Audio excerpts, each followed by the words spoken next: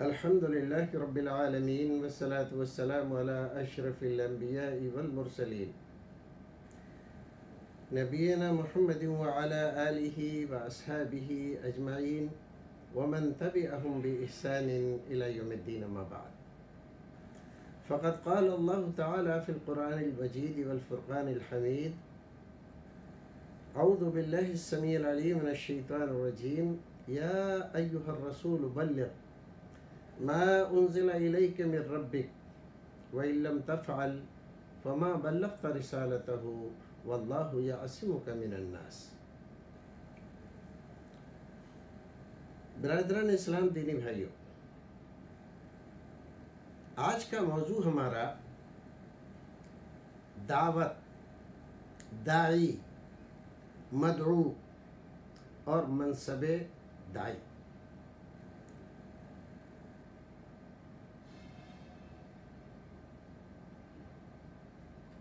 دعوت کا موضوع بڑی اہمیت کا حامل ہے. جتنے رسول اور جتنے نبی اللہ رب العزت نے اس دنیا میں بھیجے، ان کا بنیادی کام دعوت اللہ تھا. ان کے بعد جو ان کے حواری، صحابی، جانثار، ماننے والے، ایمان والے رہ جاتے تھے، نبی کے بعد یہ منصب ان کی طرف منتقل ہو جاتا تھا. اب ان کی یہ ذمہ داری بنتی ہے کہ وہ اللہ رب العزت کے دین کو بندوں تک پہنچائیں، اور ایسے ہی پہنچائیں جیسے نبی نے پہنچایا ہے، بغیر کمی کے، بغیر زیادتی کے.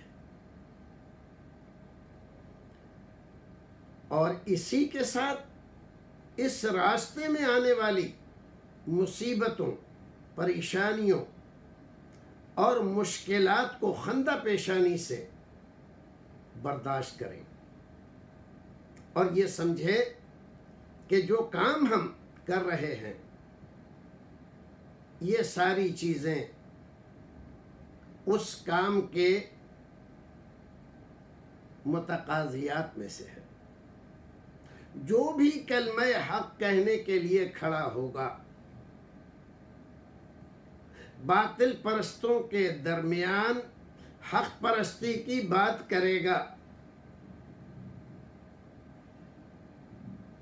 بت پرستوں کے درمیان اللہ کی وحدانیت کا کام کرے گا، لازم اور ضروری ہے کہ اس کی مخالفت ہوگی،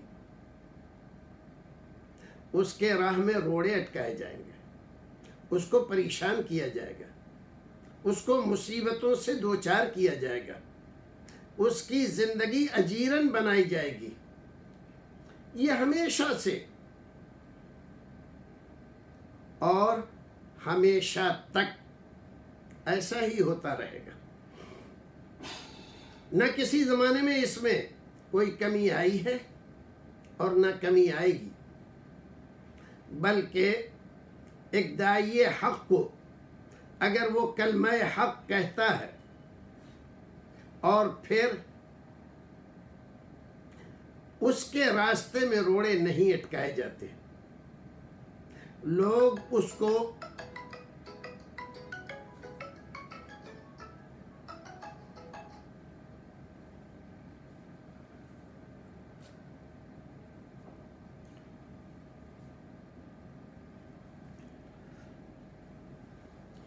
آدھا گھنٹے کا ہمیں کرنا ہے. کتنا ہو گیا؟ تو جب آدھا گھنٹے میں 10 منٹ رہ جائیں تو بتا دینا، ٹھیک ہے؟ کتنا ہو گیا؟ 4 منٹ میں. کیا کہہ رہا تھا میں؟ اس میں ہمیں داعی حق اگر حق کی دعوت دے رہا ہے اور لوگ اس کا ہار پھول سے استقبال کر رہے ہیں، اس کو لڈو کھلا رہے ہیں، سر آنکھوں پہ بٹھا رہے ہیں، اس کے جیکارے بول رہے ہیں، اس کو زندہ باد کے نعرے لگا رہے ہیں، تو داعی حق کو سمجھ لینا چاہیے کہ کہیں نہ کہیں کوتاہی ہو رہی ہے، یا تو جو بات میں پہنچا رہا ہوں وہ بات حق نہیں ہے، یا جو بات مجھے جیسے کہنا چاہیے ویسے نہیں کہہ رہا ہوں، اس لیے لوگ میرا استقبال کر رہے ہیں اور میرے نعرے پکار رہے ہیں، ورنہ ناممکن ہے۔ حضرت نوح علیہ السلام سے لے کر محمد رسول اللہ صلی اللہ علیہ وسلم تک جتنے نبی، جتنے رسول آئے اور انہوں نے اپنی قوم کے سامنے دعوت پیش کی، سب کے ساتھ قوموں نے دشمنی کی، عداوت کی، الزامات لگائے، بہتان بازیاں کی، قوم سے نکلوایا، ان کو مارا، بعض کو قتل تک کر دیا۔ تو نبی جو اخلاق میں اپنی بات پیش کرنے کے سلیقے میں سب سے کامل ترین ہوتے ہیں، ان کے ساتھ یہ سب معاملات ہوں، اور میں اتنے دن سے دعوت کا کام کر رہا ہوں اور میرے ساتھ آؤ بھگت کا معاملہ ہو رہا ہے، ضرور میری دعوت میں خامی ہے، میں حق بات نہیں کہہ رہا ہوں۔ یہ معیار ہے۔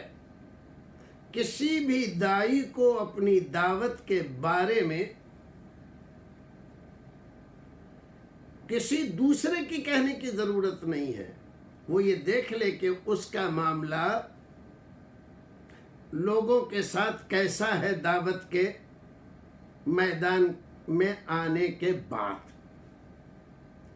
اگر لوگ ناراضگی، اعتراضات، دشواریاں، پریشانیاں اور رکاوٹیں کھڑی کر رہے ہیں اس کے راستے میں، اس کو برا بھلا کہہ رہے ہیں، اس پر بیجا تنقیدیں کر رہے ہیں، تو اس کو سمجھ لینا چاہیے کہ میں دعوت کا صحیح کام کر رہا ہوں۔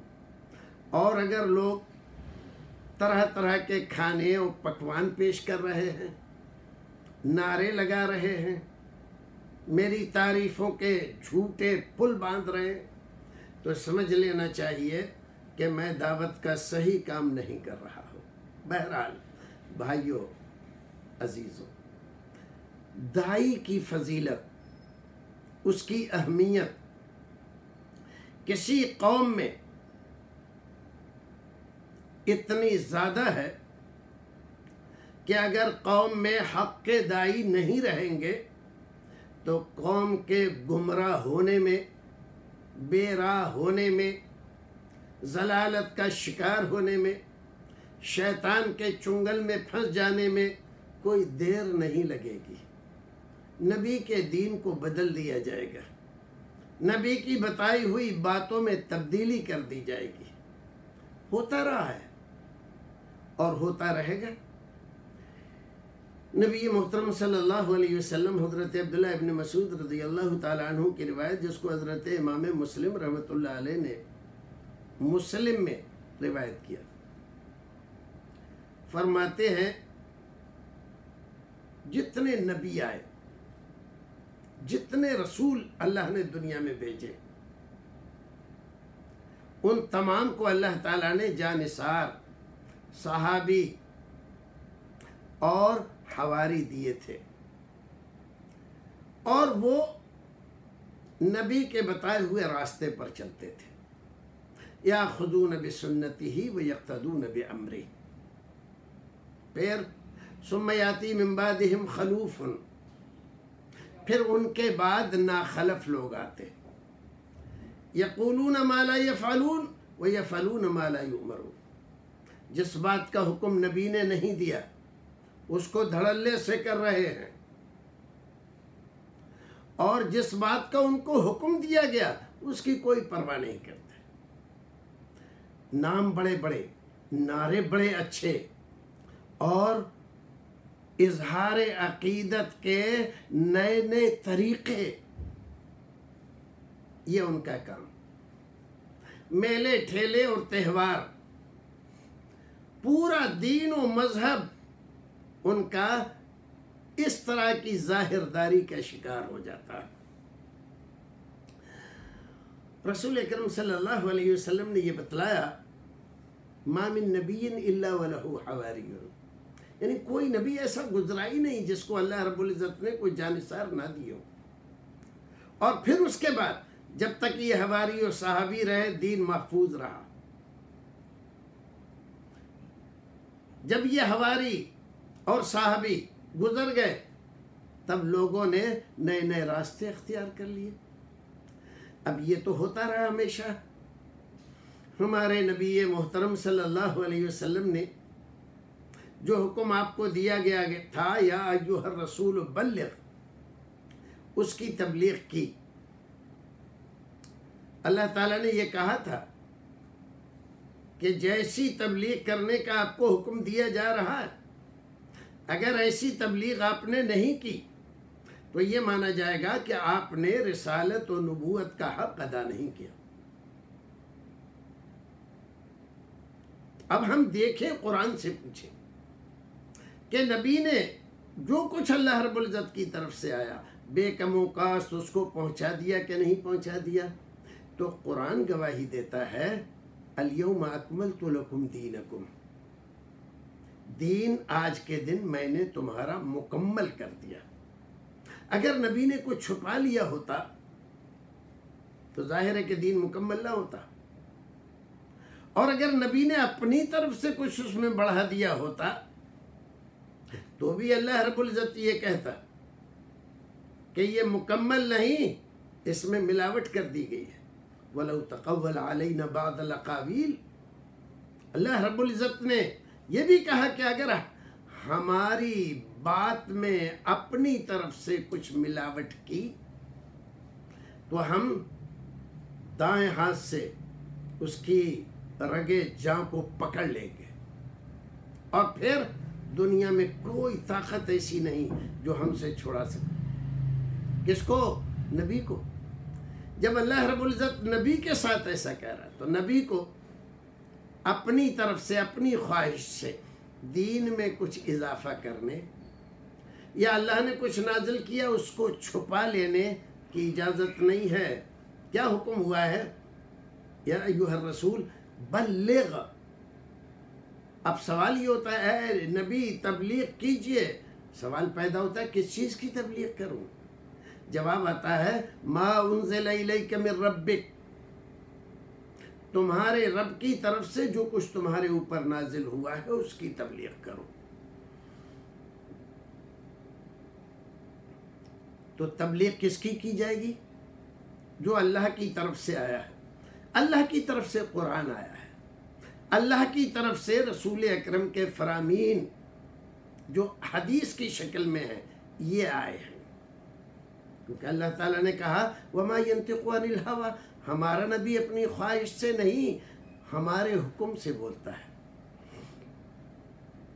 تو جیسے قرآن دین ہے، ایسے ہی رسول اکرم کی صحیح احادیث یہ دین ہے۔ اس کی خواہش، اس کی خواہش، اس کا قول، اس کا قول، اس کا نام دین نہیں ہے۔ اقوال رجال کا نام دین نہیں ہے، وحی الہی کا نام دین ہے۔ وہ وحی جلی ہو یا خفی ہو، قرآن کی شکل میں ہو یا حدیث کی شکل میں ہو، یہ ہے دین۔ اور اس کی ذمہ داری ہے نبی کے جانے کے بعد صحابہ کرام کی۔ صحابہ کرام نے اس کو پورے طریقے سے پہنچایا تابعین کو، تابعین نے تبع تابعین کو، امامان دین محدثین نے اس ذمہ داری کو۔ آج کے زمانے میں یہ ذمہ داری علماء کرام کی ہے۔ وَلْتَكُن مِّنكُمْ أُمَّةٌ يَدْعُونَ إِلَى الْخَيْرِ وَيَأْمُرُونَ بِالْمَعْرُوفِ وَيَنْهَوْنَ عَنِ الْمُنكَرِ، اور اس طرح کی اور بہت ساری آیتیں اللہ رب العزت نے قرآن شریف میں بیان فرمائی اور دعوت کی اہمیت کو ذکر کیا۔ اللہ رب العزت فرماتا ہے، اور یاد کرو اس وقت کو، وَإِذْ أَخَذَ اللَّهُ مِيثَاقَ الَّذِينَ أُوتُوا الْكِتَابَ، جب اللہ رب العزت نے جن لوگوں کو کتاب دی تھی ان سے میثاق لیا تھا، پختہ عہد، لَتُبَيِّنُنَّهُ لِلنَّاسِ وَلَا تَكْتُمُونَهُ، یہ سورہ آل عمران کی 187 نمبر کی آیت۔ کیا فرماتا ہے اللہ رب العزت؟ تمہاری ذمہ داری ہے، لَتُبَيِّنُنَّهُ، جو کچھ اللہ نے نازل کیا ہے اس کو بیان کر دو، نہ ڈرو نہ خوف کھاؤ، نہ مصلحتوں کا شکار بنو، بیان کر دو، وَلَا تَكْتُمُونَهُ، اور خبردار چھپانا مت، چھپانا مت، پکڑے جاؤ گے قیامت میں، بہت برا حشر ہوگا تمہارا۔ اب مسئلہ داعی کا، داعی کون ہو سکتا ہے؟ داعی کون ہو سکتا ہے؟ داعی وہ ہو سکتا ہے جس نے علم دین حاصل کیا ہے، جو جانکار ہے، علم دین حاصل کیا اور علماء کو اس پر اعتبار ہوا اور اس کو اجازت دی کہ تم دعوت و تبلیغ کا کام کر سکتے ہو۔ اب اس کے سامنے کوئی بات آتی ہے، ادھر سے ادھر سے سننے میں، دیکھنے میں، پڑھنے میں، تو اس کے لیے ضروری ہے کہ وہ یہ دیکھے کہ یہ بات قرآن و حدیث کے مطابق ہے یا نہیں ہے۔ اگر قرآن و حدیث کے مطابق ہے تو اس کو پیش کرے گا، بیان کرے گا، اور نہیں ہے تو اس کو بیان نہیں کرے گا، رد کر دے گا۔ حضرت ابن عباس رضی اللہ تعالیٰ عنہ فرماتے ہیں، بعض لوگوں نے جب انہوں نے ایک حدیث رسول اکرم صلی اللہ علیہ وسلم کی ایک مسئلہ پوچھا، انہوں نے حدیث سنا دی، بعض لوگ کہنے لگے حضرت ابوبکر تو یوں کہتے تھے، حضرت عمر تو یوں کہتے تھے۔ فرمایا یوشک ان تنزل علیکم حجارۃ من السماء، قریب ہے کہ اللہ رب العزت آسمان سے تمہارے اوپر پتھر برسائے۔ اقول قال رسول اللہ، میں کہتا ہوں کہ اللہ کے رسول نے یہ فرمایا، وتقولون قال ابو بکر وعمر، اور تم کہتے ہو ابو بکر نے یہ کہا، عمر نے یہ کہا۔ بھائیو عزیزو، ذرا سوچو، غور کرو، یہ کس کے لیے کہا جا رہا ہے؟ ابو بکر اور عمر، امت میں نبی کے بعد سب سے زیادہ فضیلت رکھنے والے دو شخص، جو نبی کے نائب بھی ہیں، اس کے خلیفہ بھی ہیں، اور وہ لوگ ہیں جن کو جنت کی بشارت دنیا ہی میں دی گئی ہے۔ ان کے بارے میں کہہ رہے ہیں کہ رسول کا فرمان آ جائے تو عمر اور ابو بکر کی بات نہیں دیکھی جائے گی، عمل کیا جائے گا رسول کی بات پر۔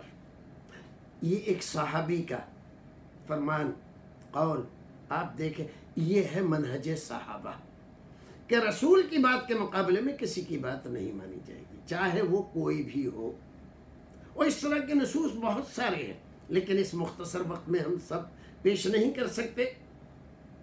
اللہ تعالیٰ فرماتا ہے قرآن شریف میں، سورہ نور 63 نمبر کی آیت، فَلْيَحْذَرِ الَّذِينَ يُخَالِفُونَ عَنْ أَمْرِهِ، ان لوگوں کو ڈرنا چاہیے، بیدار ہو جانا چاہیے۔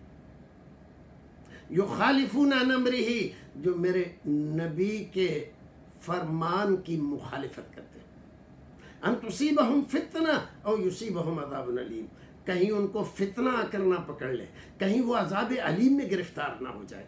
آپ اندازہ لگائیے، اللہ تعالیٰ یہ فرماتا ہے نبی کی بات کی مخالفت کوئی کرے گا اور امت اس کو ماننے لگے گی تو فتنے اور عذاب علیم یہ دونوں مقدر بن جائیں گے امت کا۔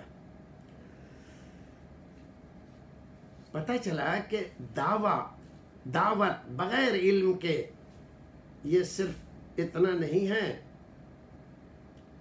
کہ یہ دعوت نہیں ہے، بلکہ یہ جہالت کی طرف دعوت ہے، اور اس کا نقصان اس کے نفع سے زیادہ ہے۔ تو دائی کے لیے ضروری ہے کہ وہ پہلے علم سیکھے، پھر دعوت کا کام کرے۔ نبی صلی اللہ علیہ وسلم کے لیے قرآن کہتا ہے قُلْ هَٰذِهِ سَبِيلِي أَدْعُو إِلَى اللَّهِ عَلَىٰ بَصِيرَةٍ أَنَا وَمَنِ اتَّبَعَنِي وَسُبْحَانَ اللَّهِ وَمَا أَنَا مِنَ الْمُشْرِكِينَ۔ یہ سورہ یوسف کی 108 نمبر کی آیت ہے۔ کتنی واضح بات ہے۔ هَٰذِهِ سَبِيلِي، نبی کے لیے فرما رہا ہے اللہ رب العزت، اے نبی آپ کہیے یہ ہے میرا راستہ۔ ادعو، میں بلاتا ہوں، کس کی طرف؟ اللہ، اللہ کی طرف۔ انا ومن اتبعنی، اور جو میرے پیروکار ہیں وہ بھی اللہ ہی کی طرف بلاتے ہیں۔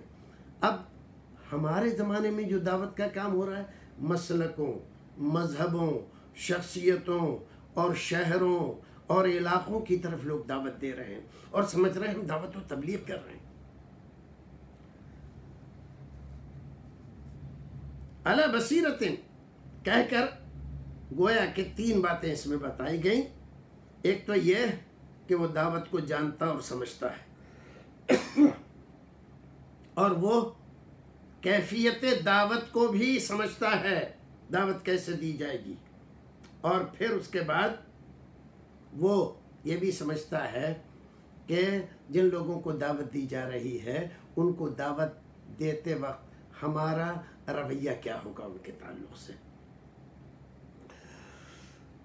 بعض لوگوں کو ہم دیکھتے ہیں، ہمارے بھائی داعی ہیں، ایک ذرا سا کچھ منکر دیکھ لیا تو اپنا پورا غیظ و غضب کا سارا لشکر لے کر اس کے اوپر ٹوٹ پڑتے ہیں، اور جو بات کہہ رہے تھے وہ حکمت و دانائی سے دور دور تک کا اس کا واسطہ نہیں رہتا ہے۔ یہ بات ٹھیک نہیں۔ وَمَن يُشَاقِقِ الرَّسُولَ مِن بَعْدِ مَا تَبَيَّنَ لَهُ الْهُدَىٰ وَيَتَّبِعْ غَيْرَ سَبِيلِ الْمُؤْمِنِينَ نُوَلِّهِ مَا تَوَلَّىٰ وَنُصْلِهِ جَهَنَّمَ۔ رسول اکرم اور مومنین اولین کی، ان کے راستے کی، ان کے منہج کی پیروی کریں، دعوت دینے میں بھی انہی کا راستہ اور طریقہ اختیار کریں۔ اب آج کے زمانے میں ہمارے یہاں داعیوں کو جو سب سے بڑی پریشانی آتی ہے، ان پر الزامات، بہتانات بہت لگتے ہیں، کیونکہ یہ کیا نئی چیز ہے؟ نئی چیز نہیں ہے۔ سارے انبیاء کرام کا تذکرہ جو قرآن نے کیا ہے، آپ دیکھ لیجئے، ہر ایک نبی کو نئے الزام سے قوم نے پکارا ہے۔ وَكَذَلِكَ مَا أَتَى الَّذِينَ مِن قَبْلِهِم مِّن رَّسُولٍ إِلَّا قَالُوا سَاحِرٌ أَوْ مَجْنُونٌ، کسی کو جادوگر کہا، کسی کو مجنون و پاگل کہا۔ یہ تو نبیوں کو، جو اس زمانے کے لوگوں میں سب سے زیادہ سلیم العقل، کامل العقل تھے، ان کو مجنون اور پاگل کہہ رہی ہے قوم۔ تو ہماری کیا حیثیت ہے؟ داعی کی کیا حیثیت ہے؟ ان تسخروا منا فإنا نسخر منکم کما تسخرون۔ حضرت نوح علیہ السلام کو جب طرح طرح کے الزامات کا سامنا ہوا تو انہوں نے کیا کہا؟ آج تم ہنس رہے ہو میرے اوپر، ایک وقت آنے والا میں ہنسوں گا تمہارے اوپر۔ سب سے بڑی بات حکمت۔ داعی کے لیے ضروری ہے کہ وہ حکمت کے تقاضوں کو نہ بھولے اور حکمت سے بات کرے۔ ادعو الى سبیل ربک بالحکمت والموعظۃ الحسنۃ وجادلہم باللتی ہی احسن۔ دیکھیے 3 چیزیں بتلائی گئی ہیں۔ اب اگر کوئی داعی کھڑا ہوتا ہے اور ایک روانی سے کچھ کہتا چلا جاتا ہے، اس کی دعوت میں حکمت نہیں ہے۔ اور اگر الفاظ کا انتخاب بہتر نہیں ہے تو موعظت حسنہ سے خالی ہے اس کی دعوت۔ اور اگر وہ ان کو برے برے القاب سے، مشرکو، اے کافرو، اے بدعتیو، اے فلانو، جیسے آج کل کر رہے ہیں ہمارے دعات لوگ، یہ اس آیت کریمہ کے خلاف ہے۔ ایسا ہمیں نہیں کرنا چاہیے۔ رسول اکرم صلی اللہ علیہ وسلم کو دیکھو آپ، ایک آدمی آئے مسجد میں پیشاب کرنے لگا، تمام صحابہ کرام اس پر پل پڑے، ڈانٹنے لگے، آپ نے سب کو روکا۔ جب پیشاب سے فارغ ہو گیا، آپ نے اس پر پانی ڈلوایا، اس کو بلایا، کہا کہ بھائی یہ مسجد ہے، یہ ذکر الہی اور تلاوت قرآن کے لیے ہے، پیشاب کرنے کی جگہ نہیں ہے۔ وہ آدمی مسلمان ہو گیا۔ بعض علماء نے تو یہ لکھا کہ وہ جو آدمی کا ذکر آتا ہے جو دعا کر رہا ہے اللہم ارحمنی و محمدن، میرے اوپر رحم فرما اور محمد پر رحم فرما، یہ وہی آدمی تھا جس کو یہ ادا آپ کی اتنی پسند آئی حکمت والی کہ وہ مسلمان ہو گیا۔ ایک اور آپ دیکھیے،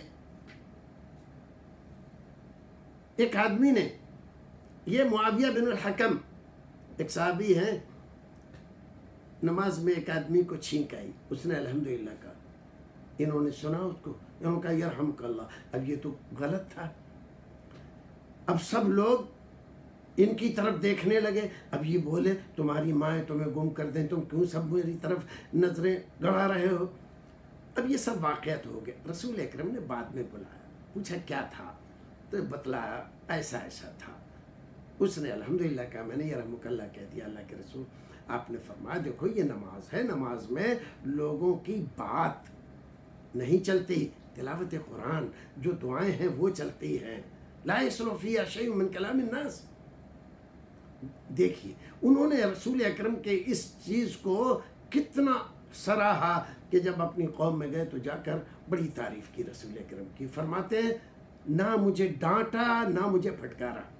تو ایسا ہی ہمیں چاہیے، داعی کو اخلاق مند ہونا چاہیے۔ ہم دیکھتے ہیں کہ بعض دعات ذرا سا کسی نے کوئی مسئلہ پوچھ لیا، ان کے مزاج کے خلاف ہوا تو اس کو یوں ڈانٹتے ہیں جیسے تو وہ کوئی مسلمان نہ ہو، کوئی اور آ گیا ہو ان کا مخالف جان کا دشمن۔ یہ اخلاق سے گری ہوئی بات ہے۔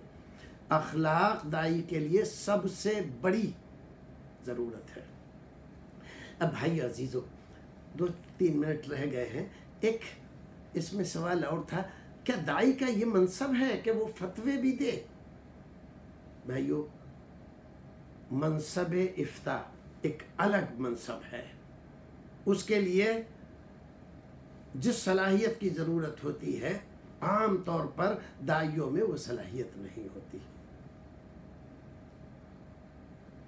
منسوخ اور ناسخ کا علم اور اسی طرح سے آیات نزول کا علم اور اسی طرح سے اصول کلیہ، اگر یہ سب کچھ نہیں جانتا ہے، علماء ائمہ کرام کے اختلافات سے واقفیت نہیں رکھتا ہے، گہرا مطالعہ اس کا نہیں ہے، تو اس آدمی کو فتویٰ نہیں دینا چاہیے۔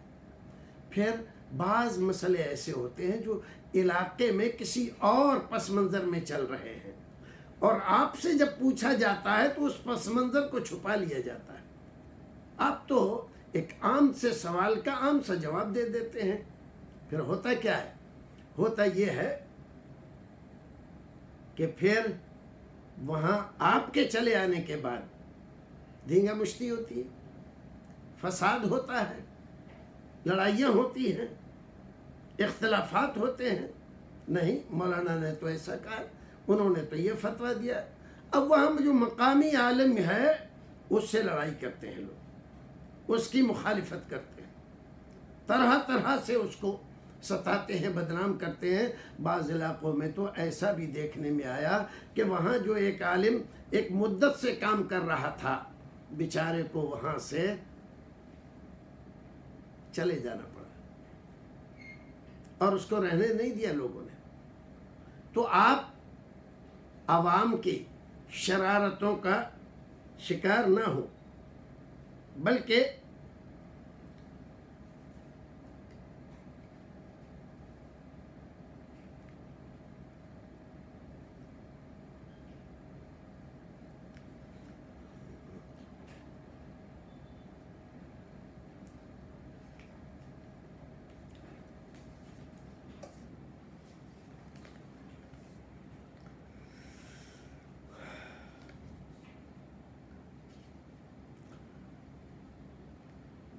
تو فتویٰ دینا یہ انتہائی حساس، قابل قدر اور فضیلت والا کام ہے۔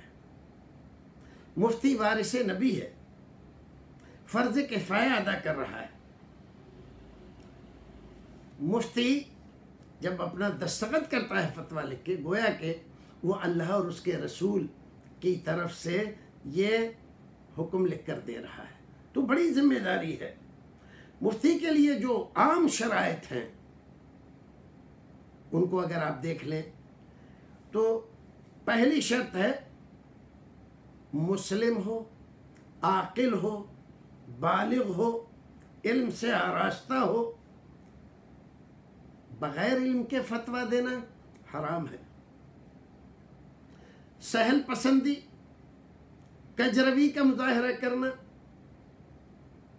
حرام کو حلال، حلال کو حرام کر دینا، یہ حرام ہے۔ ایسا کام کرنے والا مفتی نہیں ہو سکتا۔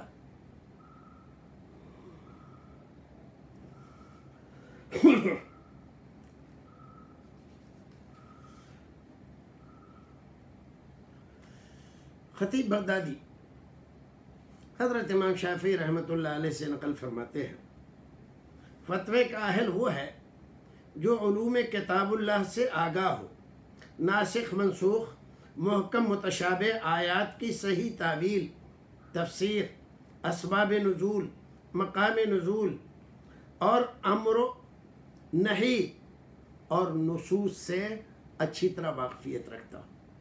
اگر یہ ساری چیزیں اس کے اندر پائی جاتی ہیں تو وہ اہل ہے فتویٰ دینے کا،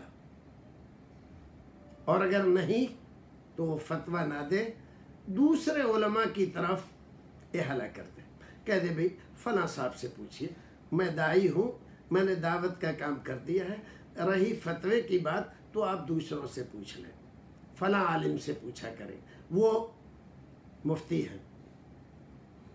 لیکن اکثر داعیوں کو شیطان عزت نفس میں اتنا مبتلا کرتا ہے کہ غرور کی حد تک ان کو غرہ علم ہو جاتا ہے، اور جو بھی پوچھا جائے ان سے، چاہے ان کو آتا ہو چاہے نہ آتا ہو، وہ کچھ نہ کچھ بتانا اپنی ذمہ داری سمجھتے ہیں، اور یہ فضل نہیں ہے، نقص ہے۔ یہ فضیلت والی بات نہیں ہے، منقصت والی بات ہے، ان کے لیے باعث عیب ہے۔ تو یہ کام داعی کو نہیں کرنا چاہیے۔ علم قرآن کی طرح علم حدیث سے واقفیت رکھتا ہو، وقائع احداث اور احادیث میں صحیح ضعیف موضوع کی تمیز رکھتا ہو، لغت عرب، زبان عرب کے قواعد اور اصول سے واقف ہو، ساتھ ہی انصاف پسند ہو۔ کسی قوم کی دشمنی اس کو بے انصافی پر آمادہ نہ کرتی ہو، لوگوں کی عادات و رسوم سے واقفیت رکھتا ہو، یہ عادات کیسی ہیں، کیوں کرتے ہیں، کب سے جاری ہیں، اور ان کو حکمت سے کیسے، اگر وہ اسلام کے خلاف ہے تو کیسے دور کیا جا سکتا ہے، یہ ساری باتیں اگر جانتا ہے، حضرت امام شافعی رحمۃ اللہ علیہ فرماتے ہیں، تب اس کو یہ حق پہنچتا ہے کہ وہ کسی معاملے میں فتویٰ دے۔ یہ بات خطیب بغدادی نے الفقیہ والمتفقہ میں حضرت امام شافعی سے نقل فرمائی ہے۔ جب فتویٰ دے تو علماء کرام نے فتوے کے لیے بھی ہر وقت فتویٰ نہیں لکھا جاتا اور نہیں لکھنا چاہیے۔ کب لکھے؟ جب نیت خالص ہو، اللہ کا خوف طبیعت پر غالب ہو، نفسانیت سے دور ہو، اظہار حق اور ابطال باطل کی نیت ہو، اور غصے میں نہ ہو، کسی سے بحث کر کے لڑائی جھگڑا کر کے نہ آیا ہو۔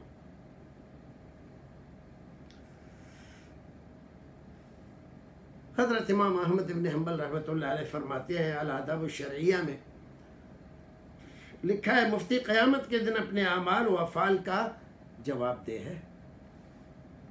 جو کچھ اس نے لوگوں کو بتایا اس کے بارے میں بھی اس سے باز پرس ہوگی، صحیح بتایا تھا، غلط بتایا تھا۔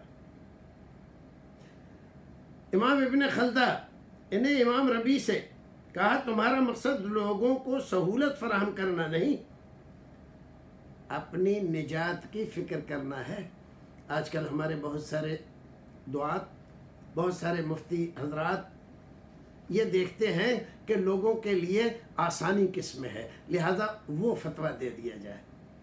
لوگوں کے لیے تو آسانی ہو گئی، لیکن اگر آپ نے بغیر غور خوض کیے، نصوص شریعہ کو دیکھے بغیر فتویٰ دے دیا لوگوں کی آسانی کے لیے، تو آپ جانتے ہیں آپ نے کیا کیا؟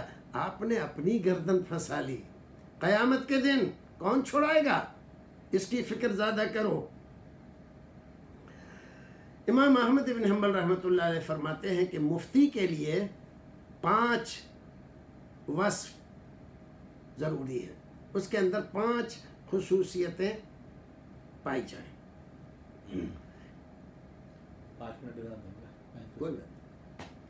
پہلی بات خلوص نیت، دوسری بات علم، حلم، باوقار شخصیت کا مالک ہو، جلد باز نہ ہو،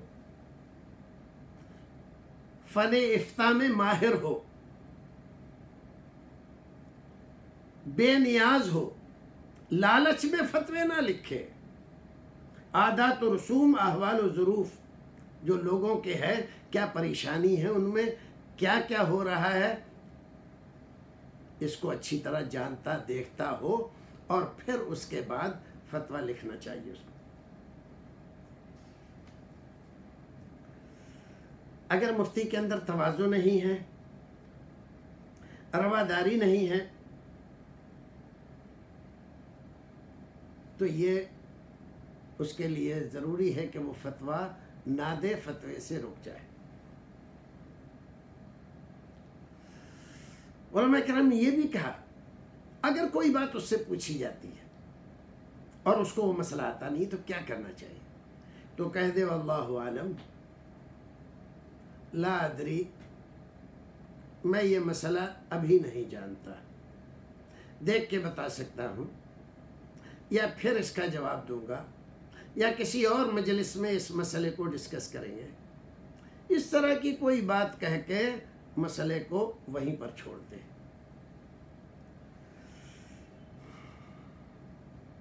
حضرت امام مالک رحمۃ اللہ علیہ کا ایک مشہور واقعہ ہے۔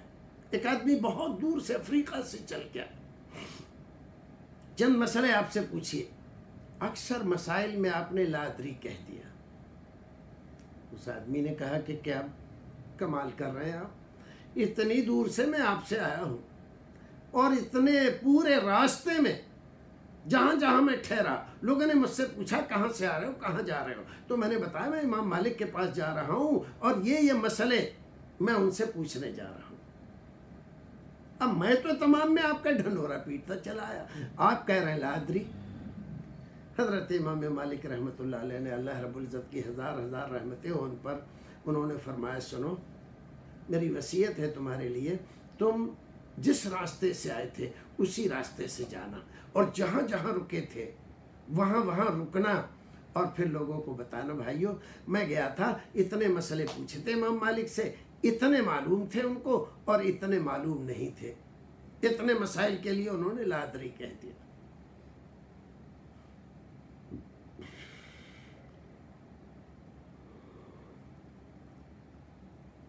امام مالک رحمۃ اللہ علیہ سے پوچھا گیا ذرا سے معمولی مسئلے میں آپ لا ادری کہہ رہے ہیں؟ فرمایا دین کا معاملہ ہے، یہ دین کا کوئی معاملہ، کوئی امر، کوئی حکم معمولی نہیں ہوتا ہے، دین دین ہے۔ تم یہ کہہ کے معمولی مسئلہ، دین کی اہمیت مت گھٹاؤ۔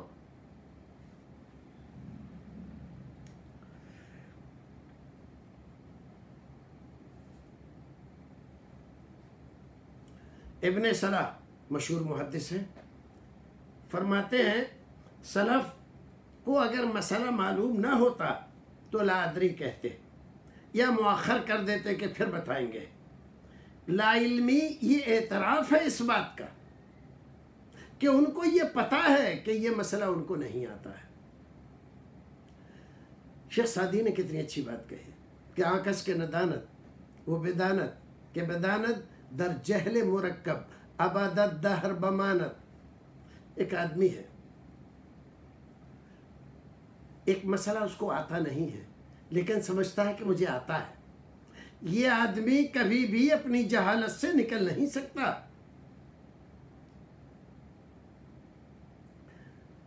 کیوں؟ اس لیے کہ اعتراف ہی نہیں کر رہا ہے کہ مجھے یہ مسئلہ نہیں آتا ہے۔ اگر اعتراف کر لے تو کسی سے پوچھ کر، کتاب میں دیکھ کر، مطالعہ کر کے معلوم کر سکتا ہے، لیکن یہ تو جہالت کو علم سمجھے بیٹھا ہے۔ جہالت علم نہیں ہے، علم علم ہے اور جہالت جہالت ہے۔ صبر و تحمل مفتی کے لیے بہت ضروری ہے، اور اگر کسی مسئلے میں اس کو کوئی شک و شبہ ہو تو ضروری ہے دیگر علماء سے وہ مشورہ کر لیا کرے۔ میرا خیال ہے آج کی مجلس میں اتنی بات کافی ہے۔ تو بھائیوں، عزیزوں، دائیوں، تمہارا بڑا مقام ہے، تم بہت اونچے منصب پر ہو، تم وہ کام کر رہے ہو جو آج کے زمانے میں بڑے بڑے مالدار نہیں کر رہے، اور سماج میں جو اصلاح پائی جاتی ہے وہ تمہاری کوششوں کے نتیجے میں پائی جاتی ہے۔ دنیا میں بھی تمہارا بڑا درجہ ہے، آخرت میں بھی بڑا درجہ ہے، اگر تم دعوت اللہ کو دعوت اللہ ہی رکھتے ہو۔ ومن احسن قولا ممن دعا اللہ، دیکھیے دعوت اللہ ہونی چاہیے، وعمل صالحا، اور خود بھی عمل صالح کرے۔ بے عمل دائی فائدے سے زیادہ نقصان پہنچاتا ہے۔ مولوی ہے، بہت بڑی ڈگریاں اس کے پاس، لیکن اپنے علاقے کے مزاج سے واقف نہیں ہے۔ کبھی ٹوپی نہیں لگاتا ہے، بال بڑے بڑے رکھتا ہے، پینٹ شرٹ پہن کے گھومتا ہے، اور اس سے اگر کوئی کہے تو آپ سے بحث کرے گا، کہاں ناجائز ہے، کیسے ناجائز ہے، کون سی دلیل سے ناجائز ہے۔ یہ آدمی پھر کیا ہوتا ہے؟ پھر رفتہ رفتہ لوگوں کی نظروں سے گر جاتا ہے، کوئی اس سے فتویٰ نہیں پوچھتا، پھر سب میں شکایت کرتا ہے کہ لوگ علماء کی عزت نہیں کرتے۔ ارے بھائی، عالم بن کر تو رہو۔ عالم کے اندر جو حلم، جو بردباری، جو صبر، جو قناعت اور جو تواضع، جو انکساری ہونی چاہیے، یہ چیزیں تیرے اندر ہیں کیا؟ تو نے حاصل کی ہیں؟ تکبر اور غرور تیرا سب سے بڑا سرمایہ ہے، لوگوں کو حقیر سمجھتا ہے، زبان تیری پھوہڑ بکتی ہے، لکھتا ہے تو شریف لوگ تیری تحریر پڑھتے نہیں، اور کہیں تقریر کرتا ہے تو لوگ اٹھ کر جانے لگتے ہیں، پھر اپنے آپ کو عالم کہہ رہا ہے۔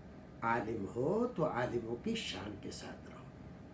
انبیاء کرام کی جو صفات تھی، دعات اللہ کے اندر جو صفات ہوتی تھی، وہ صفات پیدا کرو۔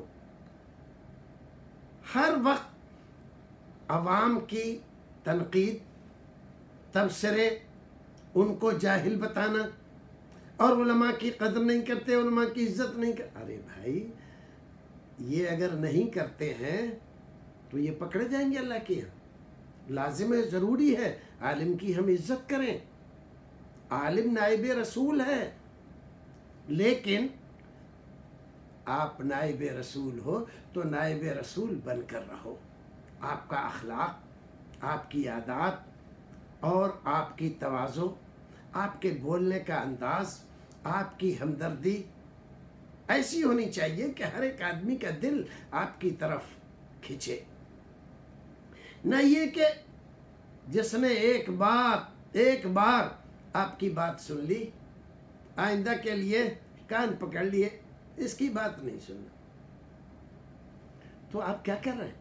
علماء کو بدنام کر رہے ہیں۔ تو ایسا نہ کریں، یہ بات ٹھیک نہیں ہے۔ ایسا کر کے آپ دعوت کو بدنام کر رہے ہیں۔ ومن احسن قولا ممن دعا الی اللہ۔ اب آپ داعی الی اللہ تو چلیے بن گئے، اپنے نفس کی طرف دعوت نہیں دے رہے ہیں، اپنے کچھ اشخاص کی طرف دعوت نہیں دے رہے ہیں، اللہ ہی کی طرف دے رہے ہیں، لیکن ساتھ میں یہ بھی تو کہا نا وَعَمِلَ صَالِحًا، وہ عمل صالح کو آپ نے خود بھی اپنایا.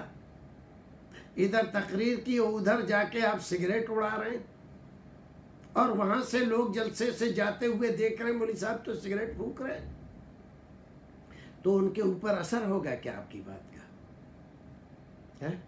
اگر یہ بات عام ہو جائے کہ آپ نماز نہیں پڑھتے ہیں تو آپ کی بات سے کوئی متاثر ہوگا کیا؟ یا آپ گالی گلوچ کرتے ہیں تو کوئی آپ کی بات سے متاثر ہوگا کیا؟ ذرا سی بات پر ہنگامے کھڑے کرتے ہیں تو آپ کی بات کا کوئی اثر ہوگا کیا؟ بھائی علم آدمی کو حلیم، بردبار، عاقل، ذی شعور اور منکسر المزاج بناتا ہے. تکبر و غرور عالم کی شان نہیں ہے. تکبر بود عادت جاہلاں، تکبر نہیں ارزت ز صاحب دلاں. عالموں کا، پڑھے لکھوں کا کام نہیں ہے تکبر. تو ان باتوں سے بچیں. اللہ رب العزت ہمیں خلوص کے ساتھ دعوت و تبلیغ کے فریضے کو انجام دینے کی توفیق عطا فرمائے. اور اگر ہمارے اندر کوئی کمی ہے تو ہم کوشش کریں اس کو، کوئی کہے یا نہ کہے، ہم خود ہی اگر ہمارے علم میں آ جاتی ہے اس کو دور کرنے کی کوشش کریں. اور اگر کوئی بھائی ہمیں بتاتا ہے تو ہم اس کا شکریہ ادا کر کے کہیں بھائی کوشش کریں گے اس عادت کو چھوڑنے کی. اللہ رب العزت ہمیں اور آپ کو نیک عمل کرنے کی توفیق عطا فرمائے. وآخر دعوانا الحمد للہ رب العالمین.